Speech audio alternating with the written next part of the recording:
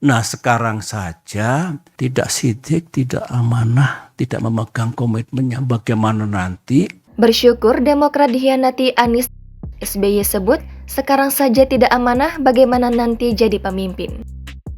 Ketua Majelis Tinggi Partai Demokrat sekaligus Presiden ke-6 RI Susilo Bambang Yudhoyono mengatakan dirinya bersyukur Partai Demokrat dikhianati oleh Anies Baswedan sejak dini. Sebab ia membayangkan bagaimana jika mereka baru dikhianati 1 atau 2 hari menjelang pendaftaran pasangan calon ke Komisi Pemilihan Umum RI. Oleh karena itu, SBY merasa Demokrat masih ditolong walau harus menerima pengkhianatan. Ya memang kita ditelikung dan ditinggalkan. Seperti ini. Sekarang. Bayangkan kalau ditelikungnya kita ini, ditinggalkannya kita ini 1-2 hari sebelum batas pendaftaran ke KPU. Bayangkan seperti apa. Kita masih ditolong oleh Allah. Kita diselamatkan oleh sejarah. Ini syukur yang pertama. SBY mengatakan dirinya merenung dan berkontemplasi semalam. Ia lantas menyadari bahwa sebenarnya mereka sedang diselamatkan oleh Tuhan.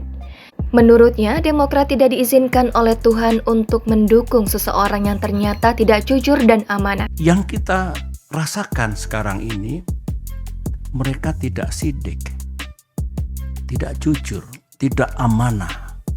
Berarti tidak bisa dipercaya dan mengingkari hal-hal yang telah disepakati. Tidak memegang komitmen dan janji-janjinya.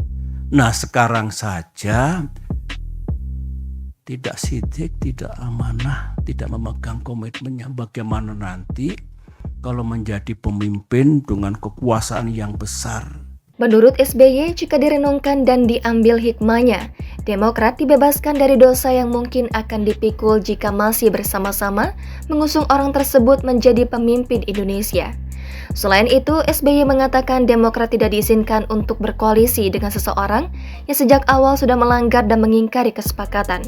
Bayangkan kalau di masa depan kita punya mitra koalisi yang tidak tunduk, tidak patuh pada kesepakatan yang kita buat bersama.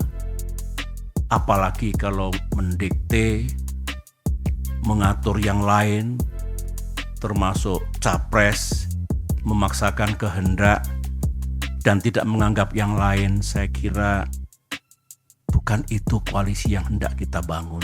Sebelumnya diberitakan, Demokrat menuding Partai Nasdem dan bakal calon presiden Anies Baswedan berkhianat.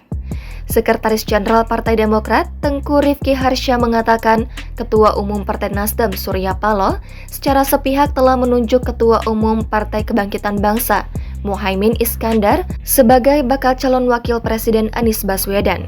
Ia mengungkapkan keputusan itu diambil setelah Surya Paloh dan Muhaimin bertemu di Nasdem Tower, Gondangdia, Menteng, Jakarta pada 29 Agustus. Secara sepihak Ketua Umum Partai Nasdem Surya Paloh tiba-tiba menetapkan Ketua Umum PKB Muhaimin Iskandar sebagai cawapres Anies tanpa sepengetahuan Partai Demokrat dan PKS. Ia mengatakan Surya Paloh langsung memanggil Anies pada malam itu juga untuk menyampaikan keputusan tersebut. Sehari setelahnya pada Rabu 30 Agustus, Anies tidak mengatakan informasi itu pada Demokrat dan Partai Keadilan Sejahtera yang merupakan bagian dari Koalisi Perubahan untuk Persatuan. Capres Anies dalam urusan yang sangat penting ini tidak menyampaikannya secara langsung kepada pimpinan tertinggi PKS dan Partai Demokrat, melainkan terlebih dulu mengutus Sudirman Said untuk menyampaikannya.